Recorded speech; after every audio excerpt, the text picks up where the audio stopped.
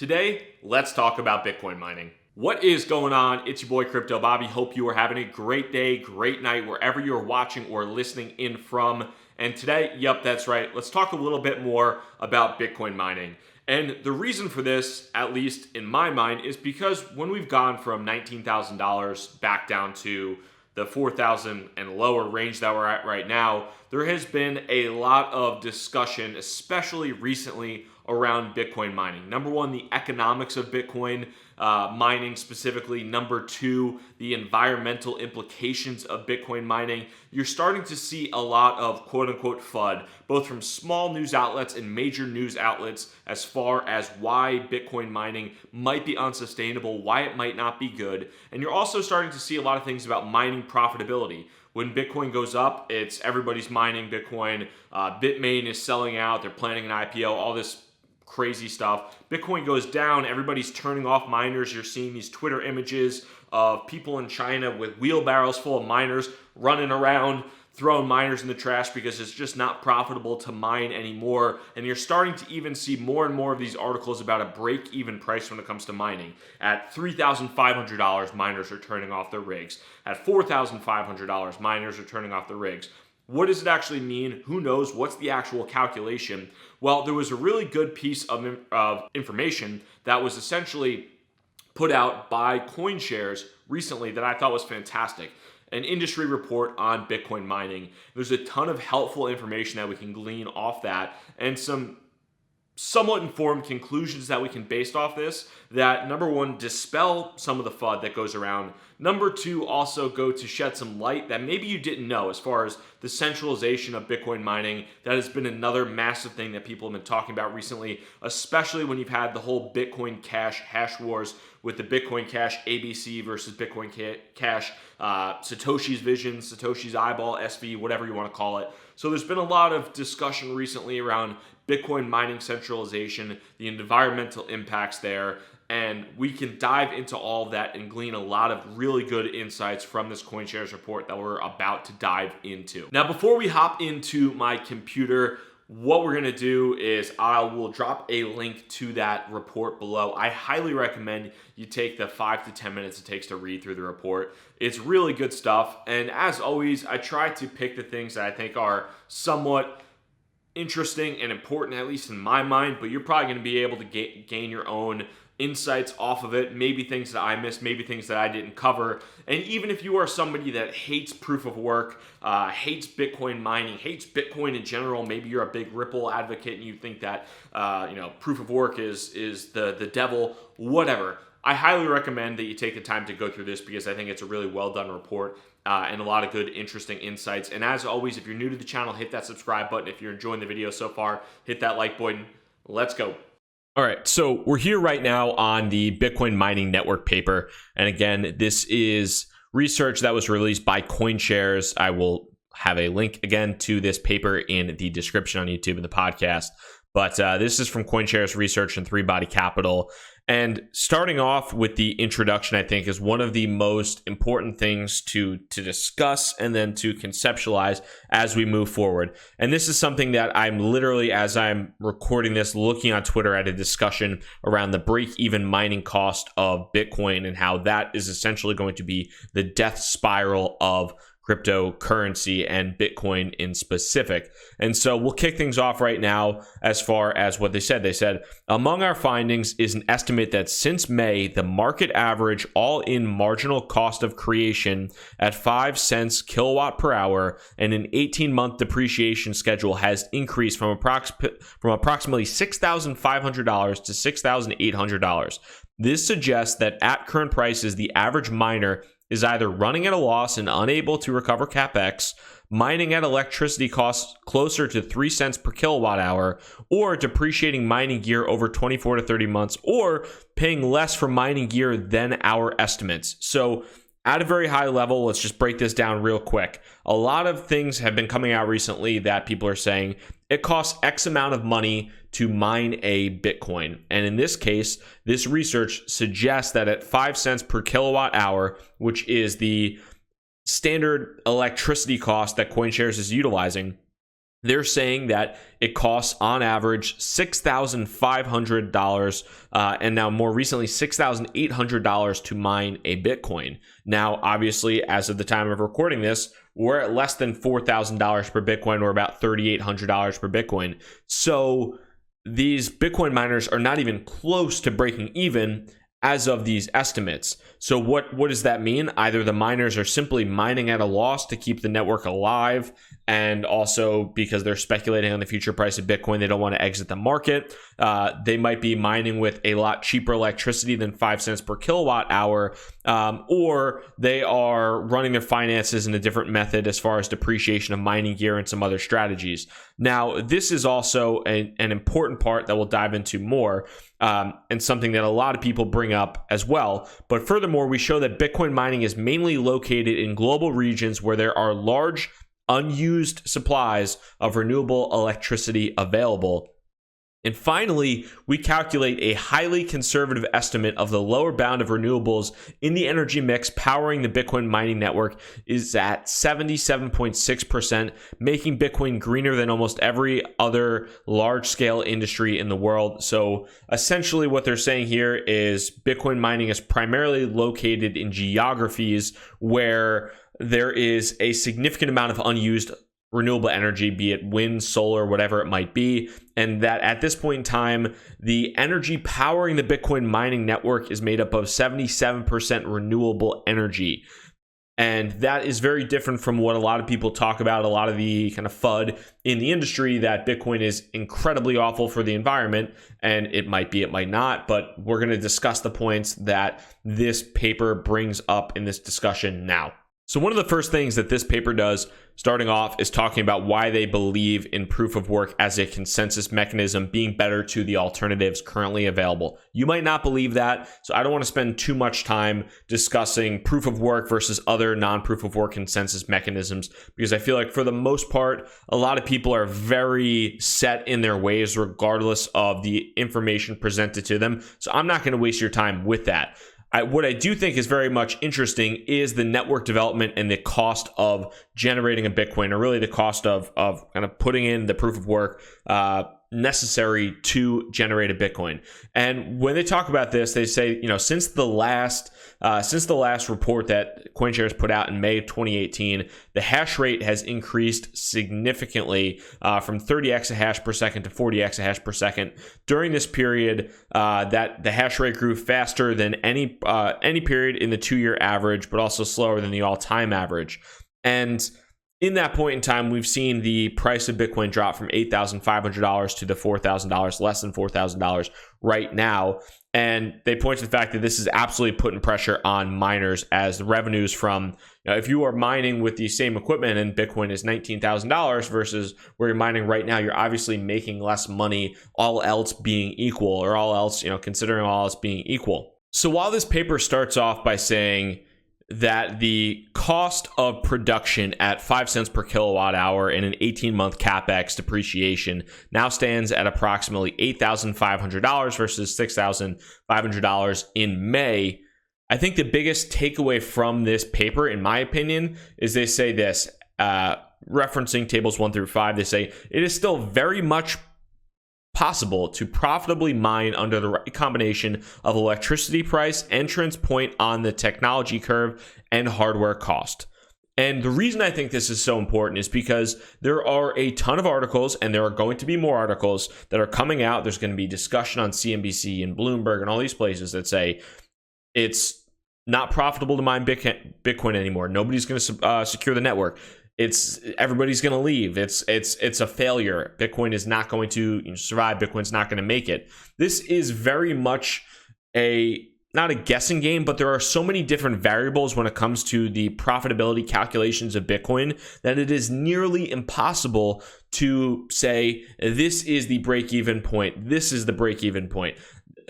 Coinshares research suggests one price. They also recognize that if their variables are changing, if you have almost near cheap electricity, I know some miners out there that are basically government subsidized, that it completely changes the calculations. It completely changes the profitability levels. It completely changes the break-even levels. So if there's any point, any single paragraph you take away that basically no matter what price somebody puts out there in a Bloomberg article or in a CNBC article or even in this, when they say, you know, the average cost of production might be $8,500, there is a number of different variables that you have to take into consideration, and it is still possible to be profitably mining under the right conditions, again, of electricity price when you buy the hardware versus when you buy the hardware in the hardware life cycle, because ASICs are more effective on day one versus when they are on day 150 of their life cycle, and also the hardware cost in general. Now, an additional piece of information that a lot of people constantly point to as quote unquote Bitcoin FUD, Bitcoin mining FUD, is that it is all centralized in China. And that is still somewhat the case, but it is trending in the opposite direction in terms of this research than many people suggest and a lot of people throw out there. So in this research, they say, it is still commonly believed that most Bitcoin mining still takes place in China. While we cautiously agree with this belief, our estimate is that no more than 60% of miners currently remain within Chinese borders. And when you're looking at Chinese mining, the vast majority, according to the suggestions here and research by Coinshares, the vast majority of Chinese miners are located in a handful of provinces. Sichuan is where about 80% of Chinese miners are located. And the big thing about these Chinese miners is it's not just random locations. The big consideration there is low cost energy as well as high speed internet for these northern regions, and in some cases low temperature. And one of the, I think, more fascinating parts about this research to me was this subject of curtailment, and that's something that you may know about, you might not know about it, and how it specifically relates to Bitcoin mining as a whole. So you might be wondering, what is curtailment? Why does it involve Bitcoin mining? And why does it matter, especially in China? Well, if you're not familiar with curtailment, essentially what it means is in the case of renewable energies, be it wind or solar or something like that, there is an overgeneration, there is an oversupply of energy. And if you put all that energy back into the grid system, there is a risk of overloading the grid system as a whole and shutting it down because you have generated too much energy.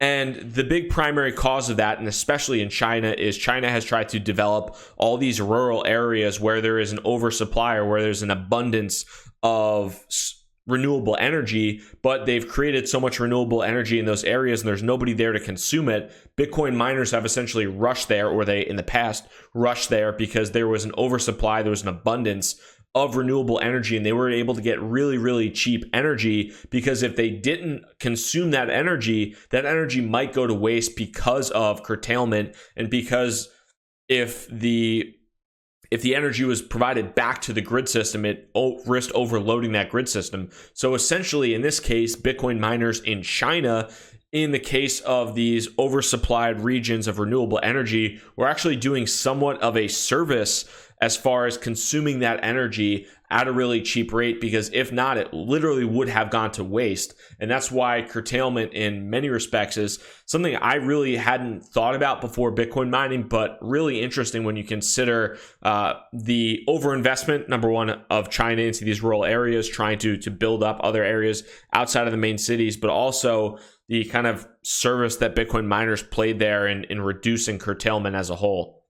Now, again, it's no secret that the vast majority of, or over 50% of Bitcoin mining in specific is occurring right now at Coinshares estimate 60% in China. But where else is the majority of the other Bitcoin mining happening? And right now, it is majority located in North America, and specifically the Pacific Northwest has done well, at least in the past two. Washington State, Oregon, British Columbia, Quebec, upstate New York is now becoming a Bitcoin mining destination. We're also seeing Norway, Sweden, Iceland as places where there is quite a bit of investment into Bitcoin mining. And again, this happens to be in areas mostly where there is a high amount and overabundance of cheap renewable energy. And it makes sense, because when you're looking at Bitcoin mining, one of the big things, and really probably the biggest thing outside of the hardware you acquire when you acquire it and the cost of the hardware, is the supply of energy that you are able to have and the cost of that energy. And the cheaper you can get that energy, the better. So this is something where renewable energy, especially in places where there is curtailment or an overabundance of renewable energy or some type of incentive to consume that energy, in this scenario, it is driving Bitcoin miners to focus on places where there is that massive supply of renewable energy. And that's also going back to the original point from the introduction, why Coinshares estimates that 77% of Bitcoin mining is done on renewable energy, because it essentially makes sense from a business-driven decision. It's not really done by the goodness of their heart in saving the environment or anything like that. So one of the big things with cryptocurrency mining is that it is causing harm to the environment, and it is highly, highly detrimental to the world as a whole. There were a number of different articles published recently as far as how badly, how much energy Bitcoin mining takes in comparison to a number of different countries, what it might be doing in terms of raising temperatures, just globally, a number of different things like that. And in the research from Coinshares, they say that while we can say with reasonable certainty that cryptocurrency mining is at the very least not doing any incremental harm, by taking up electricity that would otherwise be grounded and wasted, proving that it is actually net beneficial for the renewable space is a bigger challenge, warranting deeper research in subsequent work. So Coinshares is saying that at the very least, Bitcoin mining is not necessarily doing incremental damage to the environment, to the energy sector. And they're saying that there may even be an argument that Bitcoin mining is a positive for the energy sector and for the world almost, because they're consuming excess renewable energy that would be wasted. And because of that, there is more consumption of renewable energy. There might be deeper investment into renewable energy in the future, and we might actually see more renewables coming into the fold than we're seeing right now, because Bitcoin is essentially helping the adoption of that in the long run. And one thing that's fairly funny is the comparison to PlayStation gaming and to just PlayStation gaming, Xbox gaming, Nintendo Wii, and a lot of the other kind of gaming out there right now. Again, going back to it, I've seen countless articles about how Bitcoin consumes more electricity than every other country in the sun, essentially. But when you compare that to a combination of the existing PlayStation systems, or 85 PlayStation 4 systems, 40 million Xbox One systems, 15 million Nintendo Wii consoles, and if you compare the weighted average gameplay power draw of 120 watts, you include a television, a 40-inch LED TV, you play that for 4 hours a day, it sits idle for 20 hours a day. If you consider those kind of inputs into an equation, the gaming systems actually draw more power globally than Bitcoin does. So there's a lot of things that, there's a lot of FUD, whatever you want to call it, about Bitcoin being useless, it having no value, it being a complete drain on the system. Nobody says that about playing video games, because maybe people get enjoyment out of that, whatever it might be. Nobody says that about watching TV. You can potentially argue that Bitcoin at some point in time, maybe it doesn't right now, but could provide more global value for the world if it does become a monetary network of significant purpose, value, utility in the future, versus simply being a video game console and a TV.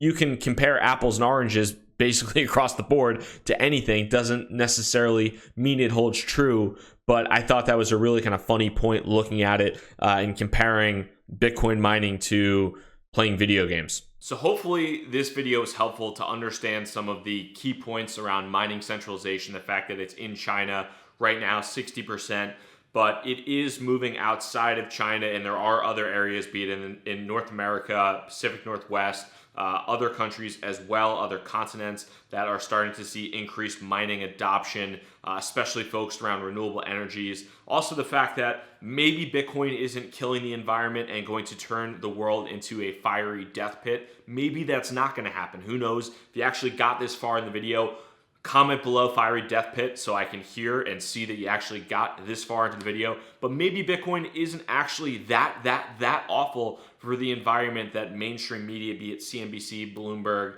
or wherever, wants you to believe. And hopefully just this video provided some level of value to you to help you understand some of the maybe finer, more minute parts about the economics of Bitcoin and the break-even prices, because like we had talked about, there are so many different variables that anytime anybody comes out with a number that is absolutely definitive and says, hey, this is the number where people are breaking even, and at that point in time everybody's going to shut down Bitcoin miners and the world's going to go crazy. That's probably not true, because while many people might be mining at 10 cents per kilowatt hour, there might be somebody out there with mining at 2 cents per kilowatt hour, or 3 cents, or 1 cent, or maybe they're even being completely subsidized by some small local government somewhere. Who knows? There are way too many variables to consider before you can really go about throwing and spreading FUD on everything. As always, I hope you enjoyed this video. If you have any questions, feel free to sound off in the comments on YouTube, or if you're listening on the podcast, definitely shoot me a tweet at crypto_Bobby. Thank you so much for your time. Crypto Bobby signing out. Have a good one. Peace.